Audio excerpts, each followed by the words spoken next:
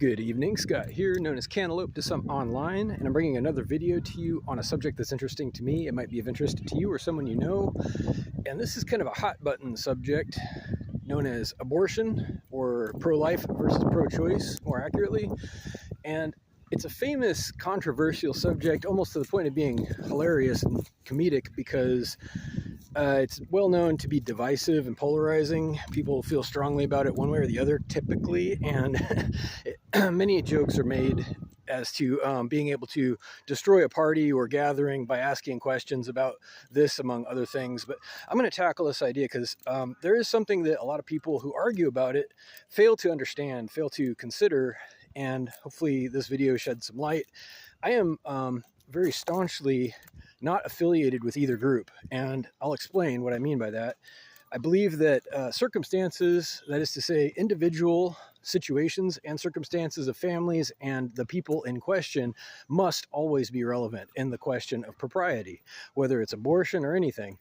And to say that there is some one-size-fits-all unilateral answer to the question fails to acknowledge half the people at best. Just like any unilateral rule will either unfairly empower half the people or unfairly limit the other half, or both, the answer to whether or not an abortion is called for must depend on a bigger picture. You cannot just say it is or isn't without knowing what you're talking about, first of all. So, for example, there are cases where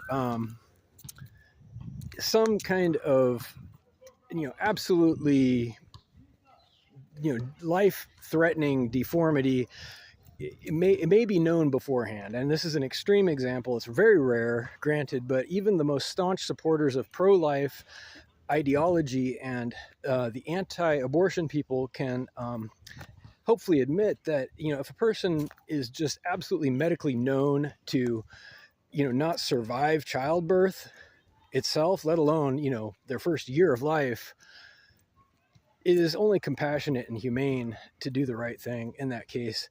And no, I understand the arguments in favor of pro-life. I really do, and I am actually in favor of those myself under the best circumstances, under pretty much any circumstances. But again, it has to depend on the circumstances. And if you don't know the circumstances, first of all, maybe you should mind your business. Maybe it doesn't concern you, and maybe some fictional person in a book doesn't concern you any more than a person on the other side of the world who is not realistically in your sphere of influence, who is not going to have an effect on you either way in this lifetime. So I think you probably got bigger things to worry about locally in your own sphere, things that are more pressing, bigger problems, so to speak, than, say, putting your nose where it doesn't belong in other people's business with regard to abortion and other things too. So with that said, I believe that there are times, many times actually, when corrective measures as far as preventing birth or pregnancy to begin with are called for, but they are unfortunate reactions to bad planning. So let me get to the point.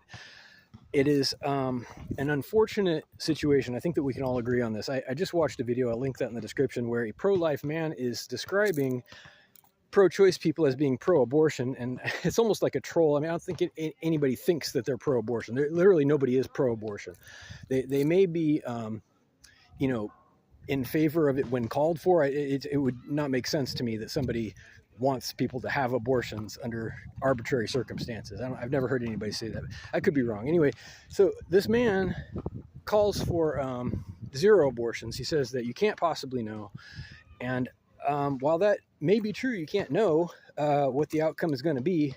There are situations where it is, you have to admit, it was sometimes a bad idea for people to get together and to have had sex. And I am going to mention substances at this point. I'm going to mention alcohol because so many of our systems, so many of our precautionary solutions, such as contraception, such as a large part of our legal system, is designed and exists for the sole purpose of reacting to and controlling behavior by people who are under the influence. So turns out, with alcohol in the picture being legal in this country, people are suddenly no longer responsible for their choices. And, you know, that sounds funny, but they lack the wherewithal when they're drunk to make responsible choices. This is a pretty well-known fact. And you might say, well, they're held responsible regardless, so they should have thought about that. Okay, well, they don't. Whether they should or shouldn't, they don't. And this creates a problem, doesn't it?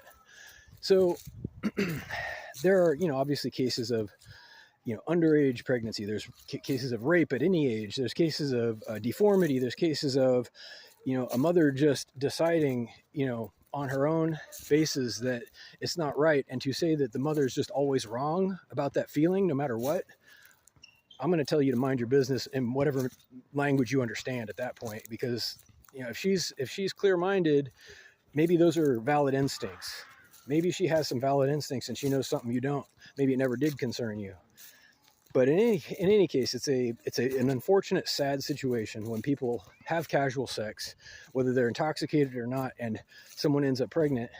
And I am going to mention one last thing in conclusion, that pregnancy doesn't have to happen only physically in the womb. It can happen, and does happen, ideally in the heart first, right? You can get someone pregnant in more than one way. And here's the problem, right? The problem with contraception is it does not prevent pregnancy of the heart, which is usually the first step. If you're talking about a serious family or a serious relationship between a man and a woman, it doesn't start at conception. It starts before that. It starts at courtship. It starts at their first meeting. And if they're drunk, or if they are having a fling, a one-night stand, if you will, and something goes sideways, come on. We got a lot of people. We got a lot of people already. And I'm not trying to be callous or insensitive, but we even have enough Mozarts at this point. Just saying. Have a great day, and have a loving, safe, sober day. And reach out with questions or comments to whiteheartrobot@gmail.com. Thank you.